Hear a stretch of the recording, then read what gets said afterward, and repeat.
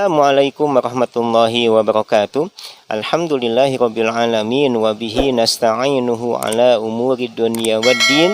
Wassalatu wassalamu ala asyrafil anbiya'i wal mursalin wa ala alihi wa sahbihi ajmain. Puji dan syukur marilah kita panjatkan kehadirat Allah Subhanahu wa taala yang senantiasa memberikan kenikmatannya kepada kita sehingga kita bisa berjumpa kembali di channel YouTube kami yang mudah-mudahan Allah Subhanahu wa taala senantiasa memberikan keberkahan kepada kita semua. Nah, pada kesempatan kali ini jemaah sekalian, kami akan sedikit membahas terkait dengan hukum sholat qashar atau jamak. Nah, sholat qashar itu sendiri adalah sholat yang disyariatkan. Sholat qashar artinya meringkas sholat. Sholat qashar bagian dari rukhsah atau perkara yang jaiz dibolehkan untuk dilakukan. Walaupun sebagian ulama seperti hanya Imam Abu Hanifah termasuk hanya dari kalangan al-Zahiri yang mengatakan bahwa sholat qashar itu azimah, perkara yang wajib. Tapi pendapat yang kuat bahwa sholat qashar itu hukumnya boleh dilakukan, bagian dari keringanan. Dan itulah yang afdol, yang baiknya dilakukan oleh mereka yang sedang safar. Rasulullah Shallallahu Alaihi Wasallam bersabda, "Shadaqatun tasaddaqallahu biha alaikum faqbalu shadaqatahu." Terkait dengan qashar ini Rasul bersabda, itu adalah sedekah dari kaum kalian, maka terimalah sedekahnya. Nah, jemaah sekalian yang Allah muliakan, terkait dengan hukum sholat safar, ada beberapa hal yang dijelaskan oleh para ulama. Yang pertama ialah terkait dengan batasan safar yang dibolehkan orang mengqashar sholat. Dalam hal ini ada perbedaan pendapat. Pendapat yang pertama terkait dengan jarak, ya. Jadi safar yang dibolehkan orang mengqashar sholat harus menempuh jarak kurang lebih 48 mil atau 85 km. 85 km. Ada juga pendapat yang kedua yang mengatakan bahwa orang yang dibolehkan mengqashar sholat ketika safar itu harus memakan waktu 3 hari 3 malam. Ada juga pendapat yang ketiga yang mengatakan bahwa tidak ada batasan terkait dibolehkannya qashar saat safar. Karena pertimbangannya yang pertama, dalil dalam Al-Quran sifatnya umum, di mana Allah Subhanahu wa taala berfirman, "A'udzubillahi minasyaitonirrajim, wa idza darabatum fil ardi falaisa 'alaikum junahun an taqsuru minas salati in khiftum ayyaftinakumul ladzina kafaru." Ayat Al-Quran ini di surat An-Nisa ayat 101 ini dalilnya umum apabila kalian melakukan perjalanan. Dan Rasul sendiri jemaah sekalian tidak membatasi baik yang terkait dengan jarak ataupun yang terkait dengan masa lama atau tidaknya orang melakukan safar. Oleh karenanya pendapat yang ketiga ini kami anggap pendapat yang lebih kuat, ya. Oleh karenanya terkait dengan jarak orang melakukan safar yang dibolehkannya mengqashar sholat ini dikembalikan kepada adat. Kalau dalam pandangan manusia pada umumnya orang keluar rumahnya, keluar dari kampung halamannya menuju ke tempat tertentu, apakah dikatakan safar atau tidak? Karena boleh jadi kalau dari segi bahasa safar itu kan sedang melakukan perjalanan, ya. Orang dari rumah ke pasar itu safar. Orang dari rumah ke kampus itu safar. Tapi apakah hal itu dibolehkan mengqashar sholat? Ya tentunya tidak. Maka ini dikembalikan kepada adat atau pandangan masyarakat pada umumnya. Nah, kalau misalkan perbedaan kota atau negara, ya tentunya itu dibolehkan juga bagi mereka untuk mengqashar sholatnya. Tapi ada kalanya antara jarak satu kota dengan yang lainnya sangat dekat. Seperti hanya kami yang tinggal di Bandung, kalau ke Cimahi itu sangat dekat. Kota Bandung dan kota Cimahi itu sangat dekat. Apakah dibolehkan qashar? Ya tentunya tidak. Ya, tentunya tidak. Maka sekali lagi pendapat yang kuat terkait dengan jarak safar yang dibolehkan qashar ini dikembalikan kepada adat. Tidak ada batasan terkait dengan jarak atau waktu tertentu. Nah, kemudian jemaah sekalian yang Allah muliakan, selanjutnya ialah terkait dengan syarat melakukan safar. para ulama mensyaratkan safar yang dibolehkan orang mengqashar salat ialah perjalanan dalam rangka menjalankan ketaatan kepada Allah, atau perjalanan terkait dengan hal yang mubah seperti hanya silaturahmi ya, atau tamasya dan lain sebagainya. Oleh karenanya para ulama berkata bahwa bagi mereka yang melakukan perjalanan dengan niatan melakukan dosa dan maksiat, maka tidak ada rukhsah bagi mereka untuk mengqashar salat. Berikutnya terkait dengan tempat dibolehkannya orang memulai mengqashar salat. Para ulama telah sepakat bahwasanya orang dibolehkan mengqashar salatnya ketika dia sudah keluar dari kampung halamannya, ketika dia sudah keluar dari tempat tinggalnya. Maka tidak boleh melaksanakan qashar salat ketika dia masih ada di dalam rumah. Nah, kemudian terkait dengan batasan waktu orang boleh mengqashar salat saat di perjalanan. Misalkan orang dari Bandung ke Jakarta. Selama di Jakarta tentunya dia dibolehkan untuk mengqashar salatnya. Pertanyaannya sampai kapan? Maka dalam hal ini ada perbedaan pendapat di kalangan ulama. Yang pertama, hal itu bisa dilihat dari niat orang yang sedang safar. Kalau misalkan dia sedang berada di tempat safar, selama waktunya tidak melebihi 4 hari, maka selama itu pula dia mengqashar salatnya. Tapi kalau sudah melebihi 4 hari, maka hendaknya dia menyempurnakan salatnya.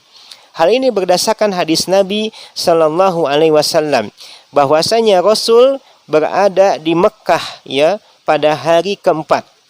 Kemudian di hari kelima dan keenam serta ketujuh Rasul mengqashar salatnya. Ini menjadi dalil sebagian ulama bahwa mengqashar salat itu berlaku ketika 4 hari di perjalanan. Lebih dari itu tidak berlaku qashar. Kemudian ada juga pendapat yang kedua yang mengatakan bahwa qashar itu berlaku saat safar kalau perjalanannya itu tidak melebihi 15 hari. Kemudian ada juga pendapat yang ketiga yang mengatakan bahwasanya musafir boleh mengqashar salat selamanya selama dia tidak ada niatan untuk mukim, ya. Dan inilah jemaah sekalian pendapat yang kami anggap paling kuat. Nah, kalau misalkan ada orang mengatakan terkait dengan jarak, ya, Rasulullah Shallallahu Alaihi Wasallam beliau pernah ya melakukan perjalanan selama 3 mil dan beliau pun melakukan qashar salat. Bahkan dalam hadis yang diriwayatkan oleh Imam Muslim, aqama Rasulullah Shallallahu Alaihi Wasallam di Tabuk 20 yauman yaksur salat. Rasul pernah tinggal di Tabuk selama 20 hari dan beliau pun mengqashar salatnya. Maka hadis ini menjadi dalil tidak ada batasan untuk musafir berapa lama waktunya dia boleh mengqashar salat. Selama niatannya safar, selama niatannya ada dalam perjalanan, maka selama itu pula dia dibolehkan mengqashar salatnya. Nah, ada sebagian ulama jemaah sekalian berpendapat bahwa kalau orang melakukan safar ketika sampai di tempatnya, maka dilihat dulu.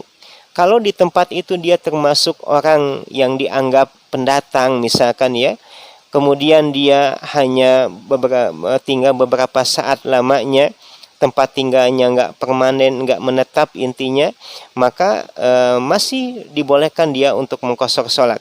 Tapi bedanya kalau misalkan orang nih kerjanya di luar kota, pulang hanya 3 bulan sekali atau 2 bulan sekali, bahkan sebulan sekali. Lalu ketika dia ada di tempat safar, dia disiapkan fasilitas yang lengkap, tempat tinggal dan hunian yang mewah, bahkan yang nyaman, dia merasa senang tinggal di sana. Maka tentunya bagi mereka yang kondisinya seperti itu, ketika dia ada di tempat safarnya, dia sama dengan orang yang mukim. Tapi beda hanya dengan orang yang hanya melakukan perjalanan, apalagi dia tidak bisa menentukan berapa lama dia berada di safar, kapan dia akan pulang. Maka selama itu pula dia disyariatkan untuk mengqashar salatnya. Nah, berikutnya jemaah sekalian yang Allah muliakan terkait dengan teknis ya pelaksanaan salat qashar. Di antaranya ialah terkait dengan musafir bermakmum kepada mereka yang mukim. Nah, dalam hal ini ada beberapa kondisi. Yang pertama, musafir berkesempatan untuk sholat 3 rakaat atau 4 rakaat dengan imam yang mukim. Maka hendaknya, kata para ulama, dia lakukan sholat yang sempurna. Lantaran Rasul bersabda, innama ju'ilal imam liyu'tamma bihi. Sesungguhnya imam itu diangkat, dijadikan pemimpin yang untuk diikuti. Kemudian ada juga kondisi musafir yang kedua, dia mendapati imam yang mukim hanya bisa sholat bersamanya 2 rakaat atau 1 rakaat. Maka pendapat yang kuat, hendaknya musafir ini tetap menyempurnakan sholatnya. Hal ini berdasarkan athar dari Ibnu Umar dan Ibnu Abbas, bahwa beliau pernah ditanya, sahabat Ibnu Umar, oleh Abu Mijlas. Qultu li ibni Umar, aku bertanya kepada Ibnu Umar, kalau ada orang safar, dia mendapati imam yang mukim 2 rakaat, maka apakah dia mencukupkan diri sholat 2 rakaat ataukah dia menyempurnakan sholatnya sebagaimana yang mukim? Kemudian Ibnu Umar pun tertawa dan beliau berkata, yusolli bisolatihim, hendaknya yang safar itu sholat sebagaimana yang dilakukan oleh mereka yang mukim.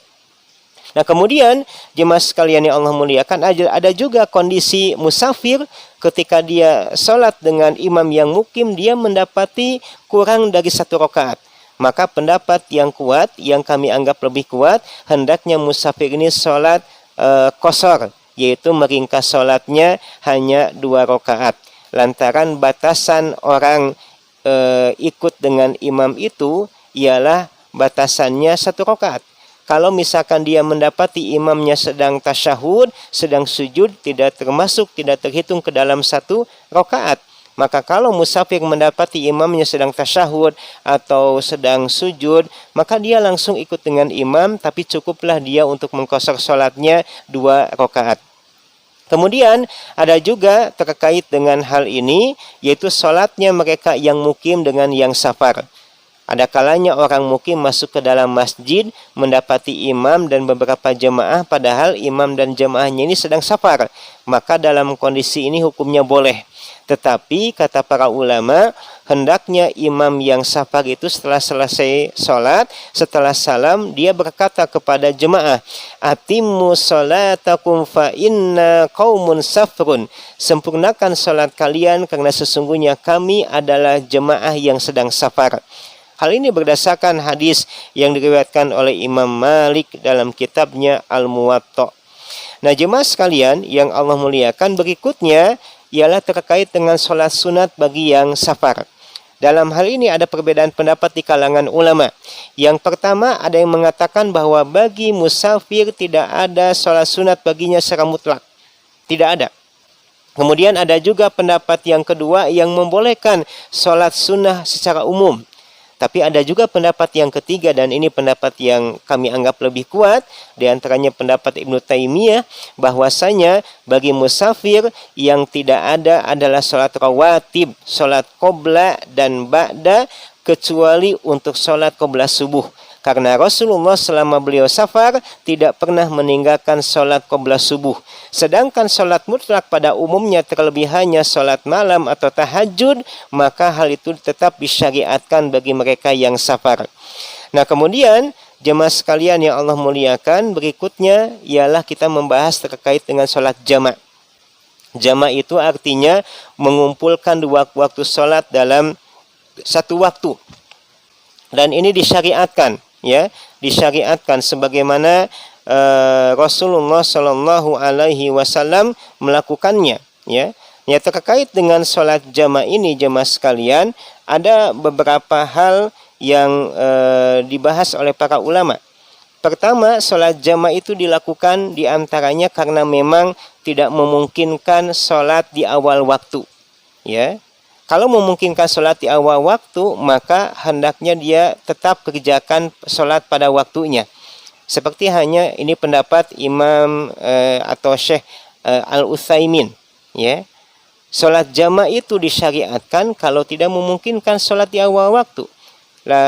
salat pada waktunya, lantaran Allah Subhanahu wa taala berfirman, "Innas salata kanat 'alal mu'minina kitaban mauquta." Sesungguhnya salat itu bagi orang mukmin ada waktu-waktunya tertentu. Jadi kalau memungkinkan jemaah sekalian salat zuhur pada waktunya 2 rakaat ketika safar, silakan lakukan. Kalau memungkinkan salat asar pada waktunya 2 rakaat, silakan lakukan. Tapi kalau tidak memungkinkan melakukan sholat pada waktunya, boleh menggabung 2 sholat. Entah itu dengan menggabungkan 2 sholat di awal atau di akhir. Nah, jemaah sekalian yang Allah muliakan, menjamak sholat juga itu disyariatkan bagi mereka yang mendapatkan kesulitan, seperti hanya turun hujan. Kemudian menjamak sholat juga dibolehkan bagi mereka yang sakit.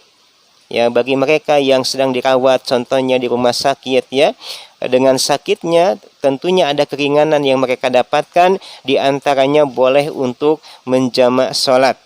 Hal ini berdasarkan hadis jemaah sekalian, diantaranya hadis yang berasal dari Ibnu Abbas radhiyallahu an, di mana beliau berkata, jama'a Rasulullah sallallahu alaihi wasallam baina dzuhri wal asri wal maghribi wal isya'i bil madinati fi ghairi khaufin wala matarin. Rasul menjamak salat antara zuhur dan asar, antara maghrib dan isya di Madinah tanpa ada rasa takut dan tanpa karena turun hujan. Para ulama memahami hadis ini sebagai rukhsah, keringanan bagi mereka yang tidak bisa mengerjakan salat di awal waktu atau pada waktunya. Nah, kemudian terkait dengan salat jama', ya, apakah salat jama' itu ada azan atau iqamahnya? Jawabannya ada, ya. Tapi kalau menjamak salat, hendaknya azannya 1 kali, iqamahnya 2 kali. Iqamah untuk salat yang pertama, iqamah untuk salat yang kedua. Nah, itu mungkin ya jemaah sekalian yang Allah muliakan yang bisa kami sampaikan, walaupun ringkas, mudah-mudahan bisa dipahami. Nanti kalau ada yang mau ditanyakan, boleh menyusul ya pertanyaan terkait dengan hal itu. Mudah-mudahan Allah Subhanahu wa taala senantiasa memberikan keberkahan kepada kita semua. Kita tutup dengan kifaratul majlis. Subhanakallahumma wa bihamdika asyhadu an la ilaha illa anta astaghfiruka wa atubu ilaik. Wassalamualaikum warahmatullahi wabarakatuh.